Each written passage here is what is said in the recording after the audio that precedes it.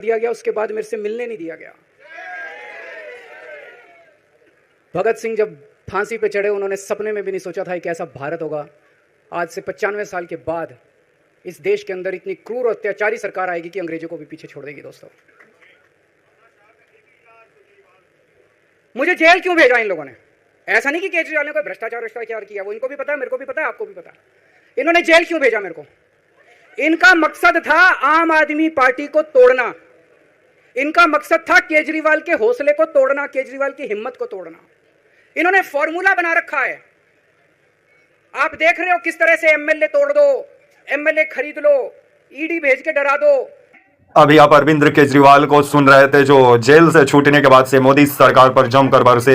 नमस्कार, मेरा नाम विश्वजीत कुमार और आप देख रहे हैं walk for India news. Delhi के मुख्यमंत्री अरविंद केजरीवाल, खबर आ रहा है कि 2 दिन के बाद इस्तीफा देने वाले हैं दिल्ली के मुख्यमंत्री के पद से। तो वहीं दिल्ली के मुख्यमंत्री अरविंद केजरीवाल जेल से बाहर आ चुके हैं। तो वहीं हनुमान जी का दर्शन करने के बाद से दिल्ली में आम आदमी पार्टी के कार्यकर्ताओं को संबोधित करते हुए 15 सितंबर को नजर आए आपके अरविंद केजरीवाल, जो दिल्ली के मुख्यमंत्री हैं फिलहाल, लेकिन 2 दिन बाद नहीं रहेंगे। ऐसा क्यों बोले अरविंद केजरीवाल? तो वहीं अरविंद केजरीवाल 15 सितंबर को आम आदमी पार्टी के कार्यकर्ताओं को संबोधित करते हुए क्या बोले, आइए सुनते हैं। आज यहाँ पे इतनी बड़ी संख्या में आए हुए सभी भाइयों बहनों और जो टीवी के माध्यम से इस वक्त देश भर में लोग देख रहे हैं, उन सभी भाइयों बहनों, माताओं, बुजुर्गों, बच्चों, आप सब लोगों को मेरा नमस्कार, सबको मेरा प्रणाम। I love you too. सबसे पहले मैं ऊपर वाले का शुक्रिया अदा करता हूं, भगवान का शुक्रिया अदा करता हूं, जिनकी हमेशा हम लोगों के ऊपर बहुत कृपा रहती है, बहुत आशीर्वाद रहता है। भगवान का, भोलेनाथ का, हनुमान जी का बहुत आशीर्वाद रहता है। इसी वजह से इतनी बड़ी बड़ी मुसीबतों से निकल के हम लोग आते हैं। इतने बड़े बड़े सामने हमारे दुश्मन हैं, जिनसे लड़के हम लोग सफल होते हैं। एक छोटी सी पार्टी जिसने इस देश की राजनीति बदल के रख दी। मैं इसीलिए सबसे पहले ऊपर वाले का पूरे सम्मान के साथ शुक्रिया अदा करता हूं और आशीर्वाद चाहता हूं। मैं उन लाखों लाखों लोगों का शुक्रिया अदा करता हूं जिन्होंने हम लोगों के लिए, जब हम लोग जेल में थे, मैं, मनीष सिसोदिया जी, संजय सिंह जी, विजय नायर जी, अभी सतिंदर जैन जी हैं, अमानतुल्लाह खान हैं, उनको वो भी जल्दी आएंगे मैं उम्मीद करता हूं। जिन जिन लोगों ने हमारे लिए दुआएं की, मन्नतें मांगी, मंदिर मस्जिद गिरजे गुरुद्वारे गए, उन सब लोगों का मैं तहे दिल से शुक्रिया अदा करता हूं।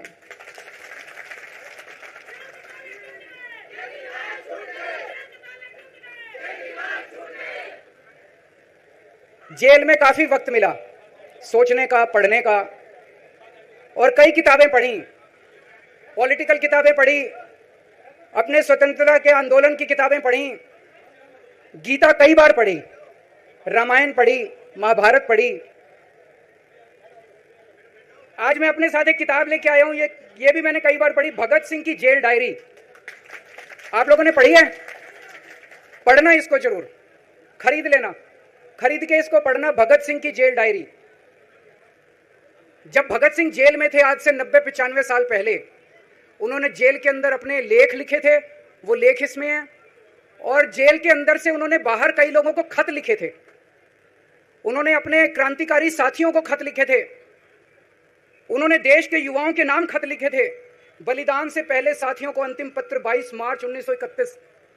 ये खत उन्होंने जेल से लिखा और उनके साथियों तक पहुंचाया अंग्रेजों ने।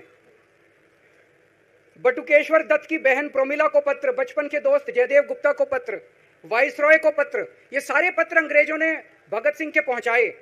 युवाओं के लिए जो पत्र लिखा, वो पत्र बकायदा युवाओं के एक सम्मेलन में पढ़ के सुनाया गया।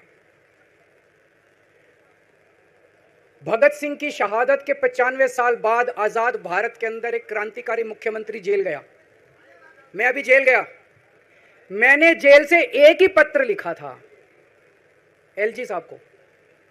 15 अगस्त था,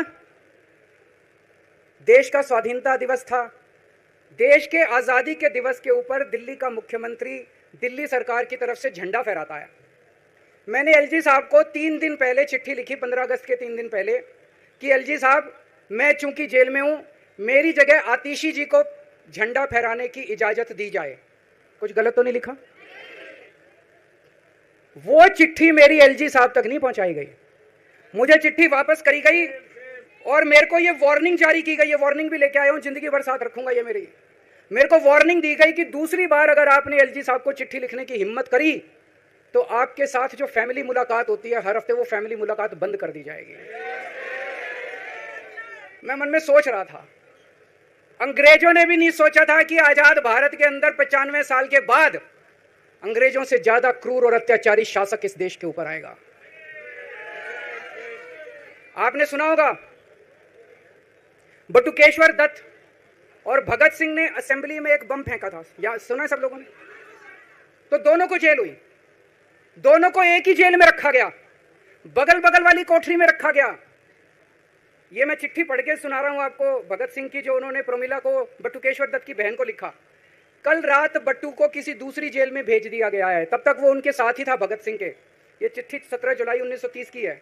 उनकी जुदाई मेरे लिए असहाय हो रही है। भगत सिंह लिख रहे हैं बटुकेश्वर दत्त की बहन को कि बटुकेश्वर दत्त की जुदाई मेरे लिए असहनीय हो रही है। आज पहला दिन है जब मैं अपने को पूरी तरह उद्विग्न पा रहा हूं और मेरे लिए हर मिनट एक बोझ बन गया है। एक मित्र से जुदा होना सचमुच सगे भाई से भी ज्यादा प्रिय थे मेरे को बटुकेश्वर। तो दोनों साथ रहते थे।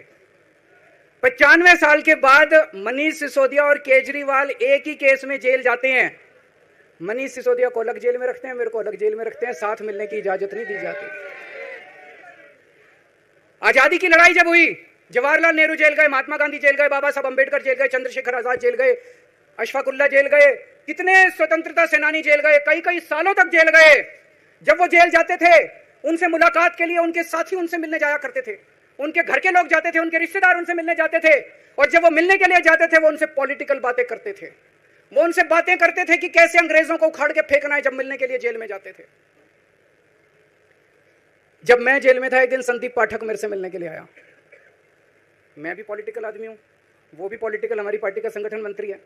आके उसने मेरे से पॉलिटिकल बातें करी। और क्या करता, रोमांटिक बातें थोड़ी करता। तो पॉलिटिकल आदमी वो, पॉलिटिकल आदमी मैं। मैंने उससे पूछा देश में क्या चल रहा है, उसने देश की पॉलिटिकल हालत बताई। मैंने उससे पूछा पार्टी में क्या चल रहा है, उसने संदीप पाठक को ब्लैकलिस्ट कर दिया गया। उसके बाद मेरे से मिलने नहीं दिया गया। भगत सिंह जब फांसी पे चढ़े, उन्होंने सपने में भी नहीं सोचा था कि ऐसा भारत होगा। आज से 95 साल के बाद इस देश के अंदर इतनी क्रूर और अत्याचारी सरकार आएगी कि अंग्रेजों को भी पीछे छोड़ देगी। दोस्तों, मुझे जेल क्यों भेजा इन लोगों ने? ऐसा नहीं कि केजरीवाल ने कोई भ्रष्टाचार किया, वो इनको भी पता है, मेरे को भी पता है, आपको भी पता है। इन्होंने जेल क्यों भेजा मेरे को? इनका मकसद था आम आदमी पार्टी को तोड़ना। इनका मकसद था केजरीवाल के हौसले को तोड़ना, केजरीवाल की हिम्मत को तोड़ना। इन्होंने फॉर्मूला बना रखा है।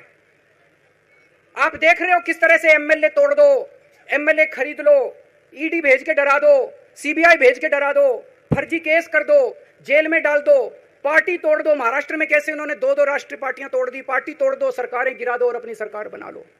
इनको यह लग रहा था केजरीवाल को जेल भेज देंगे तो दिल्ली में इनकी पार्टी टूट जाएगी, दिल्ली में बीजेपी की सरकार बना लेंगे। इनको लग रहा था पंजाब की सरकार तोड़ के पंजाब में हम अपनी सरकार बना लेंगे, इनके एमएलए तोड़ लेंगे। लेकिन हमारी पार्टी नहीं टूटी, हमारे एमएलए नहीं टूटे, हमारे एमएलए तो छोड़ो, कार्यकर्ता भी नहीं टूटे। इनकी बड़ी बड़ी साजिशों के खिलाफ, बड़े बड़े षड्यंत्रों के खिलाफ केवल आम आदमी पार्टी में ताकत है जो आज इनका सामना कर रही है। इनको लगा केजरीवाल के हौसले तोड़ देंगे। आज मैं आपके सामने खड़ा हूं और मैं पूरे विश्वास के साथ कह रहा हूं कि जेल के इन 150-200 दिन जो मैं जेल में रहा, इन दिनों ने मेरे हौसले को और 100 गुना बढ़ा दिया है, कम करने की बजाय। ये लोग पूछते हैं कि केजरीवाल जब जेल में था इसने इस्तीफा क्यों नहीं दिया? जेल में से सीएम के पद से इस्तीफा क्यों नहीं दिया? मैंने इस्तीफा इसलिए नहीं दिया क्योंकि मैं देश के जनतंत्र को बचाना चाहता था। इन्हें जो इतने फॉर्मूले बना रखे हैं, एमएलए तोड़ दो, पार्टियां तोड़ दो, एमएलए खरीद लो, डरा दो, अब एक फॉर्मूला और इन्होंने नया बनाया है। जहां जहां ये चुनाव हारे वहां वहां के मुख्यमंत्री पे फर्जी केस करके उसको गिरफ्तार कर लो और उसकी सरकार गिरा दो। अगर मैं इस्तीफा दे देता, अगर मैं, हेमंत सोरेन साहब ने इस्तीफा दिया, मैं भी इस्तीफा दे देता। इन्होंने सीतारमैया पे भी अभी केस किया है, सीतारमैया साहब के ऊपर। इन्होंने पिनाराई विजयन के ऊपर भी केस कर रखे हैं, ममता दीदी के ऊपर केस कर रखे हैं। ये एक ऑपोजिशन के मुख्यमंत्री को नहीं छोड़ते, एक एक को पकड़ के फर्जी केस कर करके उनको जेल में डाल देते और एक एक की सरकार गिरा देते। मैं जेल में गया, अभी 10 दिन पहले सुप्रीम कोर्ट की एक बेंच ने पूछा सरकार से कि जेल के अंदर से सरकार क्यों नहीं चल सकती। पढ़ा आप लोगों ने अखबार में? सुप्रीम कोर्ट ने पूछा है केंद्र सरकार से कि जेल के अंदर से सरकार क्यों नहीं चल सकती, तो जेल के अंदर से सरकार साबित कर दिया हमने। अब मैं देश के सारे नॉन बीजेपी मुख्यमंत्रियों से हाथ जोड़ के विनती करना चाहता हूं, अब अगर प्रधानमंत्री जी हिम्मत करें आप पे फर्जी केस करके आपको जेल में डालें, इस्तीफा मत देना, किसी हालत में इस्तीफा मत देना। जेल से सरकार चलाना हम सबको मिलकर, ऐसा नहीं कि हम पद के लालची हैं, ऐसा नहीं कि मुख्यमंत्री पद हमारे लिए महत्वपूर्ण है, इसलिए क्योंकि हमारे लिए हमारा संविधान जरूरी है, हमारा देश जरूरी है, जनतंत्र जरूरी है, जनतंत्र को बचाना जरूरी है। इतने भारी बहुमत से जीती हुई सरकार, एक बार 70 में से 67 सीट आई, एक बार 70 में से 62 सीट आई, और आप पकड़ के जेल में डाल दो, कहोगे इस्तीफा दे। मैं सारे मुख्यमंत्रियों से आज हाथ जोड़ के विनती करना चाहता हूं, इनका ये नया फॉर्मूला भी आम आदमी पार्टी ने फेल कर दिया, जो इन्होंने नया फॉर्मूला बनाया।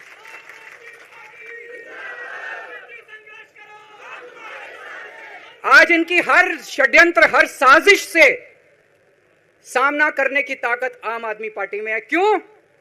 क्योंकि हम ईमानदार हैं। दिल्ली में सरकारी स्कूल थे, गरीबों के बच्चे सरकारी स्कूल में पढ़ने जाया करते थे। सरकारी स्कूलों की हालत बहुत खराब थी, गरीबों के बच्चों का कोई भविष्य नहीं था। 16 लाख बच्चे दिल्ली के सरकारी स्कूलों में पढ़ते थे, टूटे फूटे टिन के स्कूल थे, डिब्बे थे, स्कूल क्या डिब्बे थे, कोई पढ़ाई नहीं होती थी, गरीबों के बच्चों का भविष्य खराब था। उन गरीबों के बच्चों को पिछले 10 साल के अंदर 18 लाख बच्चों को हमने सरकारी स्कूल अच्छे बना के भविष्य दिया है। हम ये कैसे कर पाए? हम ये कर पाए क्योंकि हम ईमानदार हैं। आज अगर किसी के घर में कोई बीमार हो जाए, प्राइवेट में ले जाओ, लाखों लाखों रुपए खर्च हो जाते हैं। अगर थोड़ी सी सीरियस बीमारी हो, छोटी सी बीमारी हो, 10-15 हजार रुपए कहीं नहीं गए, इन बड़े बड़े अस्पतालों में ले जाओ। दिल्ली के अंदर हर सरकारी अस्पताल को शानदार बनाया, नए नए सरकारी अस्पताल खोले, गली गली में मोहल्ला क्लिनिक खोला, लोगों की चाहे अमीर हो चाहे गरीब हो, सबका इलाज, सबकी दवाइयां, सबके टेस्ट, पूरा इलाज मुफ्त कर दिया। क्यों? क्योंकि हम ईमानदार हैं। आज दिल्ली की महिलाएं जब बस में सफर करती हैं, उनकी टिकट नहीं लगती। बाकी देश की सरकारें घाटे में चल रही हैं, दिल्ली की सरकार ये सब सुविधा देने के बावजूद फायदे में चल रही है। क्यों? क्योंकि हम ईमानदार हैं। आज दिल्ली के अंदर इतनी सुविधाएं, 24 घंटे बिजली आती है आज दिल्ली में, पहले 8-8 घंटे के पावर लगते थे। हम ये कर पाए क्योंकि हम ईमानदार हैं। आज दिल्ली के लोगों को फ्री बिजली मिल रही है, कैसे? क्योंकि हम ईमानदार हैं। आज दिल्ली में जगह जगह सीसीटीवी कैमरे लग गए, स्ट्रीट लाइट्स लग रही हैं, लोगों को तीर्थ यात्रा कराई जा रही है। इतने कच्ची कॉलोनियों के अंदर पिछले 75 साल में इतनी सड़कें और गलियां नहीं बनी जितनी पिछले 10 साल के अंदर हमने सड़कें और गलियां बना दी। 75 साल के अंदर दिल्ली में इतनी पानी की पाइपलाइन नहीं डली जितने पिछले 10 साल के अंदर पानी की पाइपलाइन डाल दी। कहां से आया पैसा? क्यों? क्योंकि हम ईमानदार हैं। ये हमारी ईमानदारी से डरते हैं, ये हमारी ईमानदारी से डरते हैं। ये बिजली फ्री नहीं कर सकते, क्यों? ये बेईमान है। ये स्कूल ठीक नहीं कर सकते, इनकी 30-30 साल से सरकारें चल रही हैं कई राज्यों के अंदर, 25-25 साल से, 15-15 साल से इनकी सरकारें चल रही हैं। ये स्कूल ठीक नहीं कर सकते, अस्पताल ठीक नहीं कर सकते, ये फ्री इलाज नहीं दे सकते, ये बिजली फ्री नहीं कर सकते, ये 24 घंटे बिजली नहीं कर सकते। क्यों? ये बेईमान, ये बेईमान।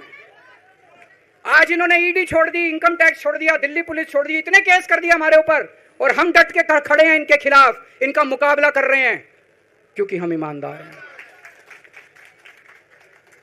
इसलिए ये मेरे को बेईमान साबित करना चाहते हैं, ये मेरे को बेईमान साबित करना चाहते हैं। मेरे ऊपर कीचड़ फेंक रहे हैं, मेरे ऊपर लांछन लगा रहे हैं, मुझे सुबह शाम गालियां देते हैं, लेकिन मेरे लिए बीजेपी इंपॉर्टेंट नहीं है, मेरे लिए आप लोग इंपॉर्टेंट हो। अगर देश की जनता, दिल्ली की जनता को लगता है केजरीवाल बेईमान है, मैं 1 मिनट के लिए सीएम की कुर्सी पे भी नहीं बैठूंगा, 1 मिनट के लिए मैं बैठने को तैयार नहीं। मैंने अपने जीवन में कुछ नहीं कमाया, मेरा बैंक अकाउंट खाली है, हमारी पार्टी का बैंक अकाउंट खाली है। मैंने जिंदगी में कुछ नहीं कमाया, अपनी इज्जत और अपनी ईमानदारी के सिवा मेरे पास कुछ नहीं आया। इनकम टैक्स में कमिश्नर की नौकरी करता था, 2000 में नौकरी छोड़ के सन 2000 से 2010 तक 10 साल मैंने दिल्ली की झुग्गियों के अंदर बिताए हैं। कुछ महीने दिल्ली की झुग्गियों में जाके रहा मैं, झुग्गी के अंदर, नंद नगरी, सुंदर नगरी की झुग्गियों के अंदर मैंने गली गली में खाक छानी है कि गरीब आदमी रहता कैसे, उसके घर का गुजारा कैसे चलता है। अगर पैसे कमाने हो तो इनकम टैक्स कमिश्नर की नौकरी बुरी नहीं थी। और जब मैंने नौकरी छोड़ी थी तब कोई पार्टी नहीं थी, कुछ नहीं थी, ऐसा नहीं था कि उस टाइम ये था मुख्यमंत्री बनने चला था या कोई पार्टी, कुछ नहीं था, कोई भविष्य नहीं था, केवल देश के लिए जुनून था कि देश के लिए कुछ करना है। देश के लिए कुछ करने आए। 49 दिन की सरकार के बाद इस्तीफा दिया था, अपने असूलों के लिए इस्तीफा दिया था। किसी ने इस्तीफा मांगा नहीं था, अपने आप इस्तीफा दिया था। आज के तारीख में, आज के जमाने में कोई अपनी चपरासी की नौकरी नहीं छोड़ता। मैंने मुख्यमंत्री की कुर्सी छोड़ी थी, अपने आप छोड़ी थी। ना पद का लालच है, ना दौलत का लालच है, केवल देश के लिए कुछ करने का जुनून है। देश के लिए कुछ करने के लिए आए हैं।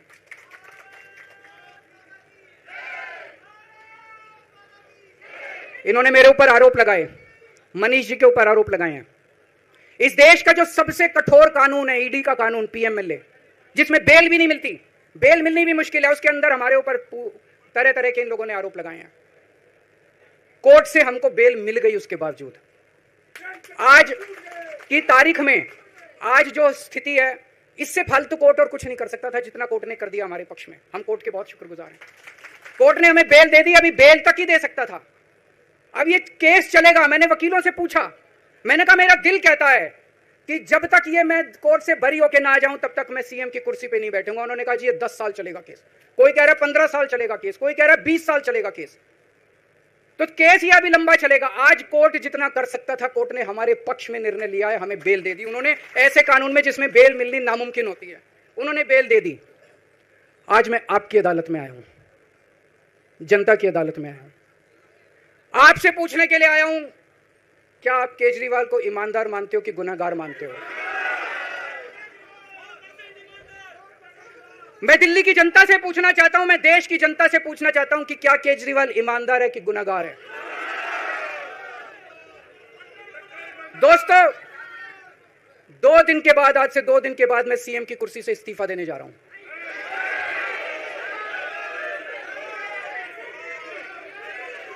और मैं तब तक सीएम की कुर्सी पे नहीं बैठूंगा जब तक जनता अपना फैसला ना सुना दे। मैं जनता के बीच में जाऊंगा, गली गली में जाऊंगा, घर घर में जाऊंगा, और जब तक जनता अपना फैसला ना सुना दे कि केजरीवाल ईमानदार है, तब तक मैं सीएम की कुर्सी के ऊपर नहीं बैठूंगा।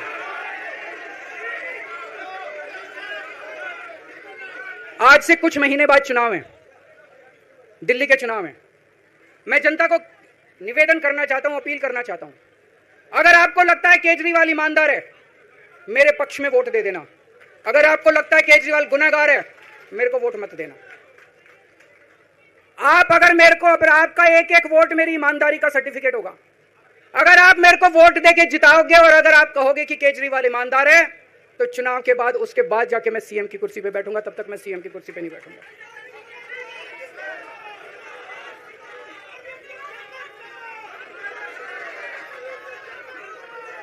आपको लग रहा होगा अभी अभी जेल से रिहा होके आया है, ये कैसा क्यों बोल रहा है?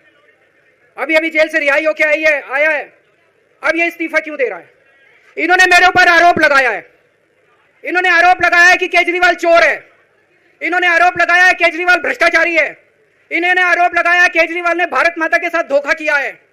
ये करने के लिए नहीं आया था मैं। सत्ता से पैसा और पैसे से सत्ता, इस खेल के खेलने के लिए मैं नहीं आया था। मैं देश के लिए कुछ करने के लिए आया था। जब 14 साल के बाद भगवान राम वनवास से लौटे, सीता मैया को अग्नि परीक्षा देनी पड़ी थी। आज मैं जेल से आया हूं, मैं अपनी अग्नि परीक्षा देने के लिए तैयार हूं।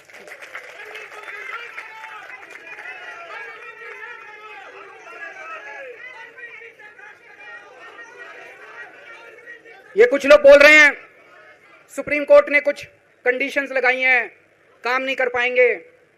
पिछले 10 साल में इन लोगों ने कंडीशन लगाने में कोई कसर छोड़ी थी? एलजी साहब ने कंडीशन लगाने में कोई कसर छोड़ी थी?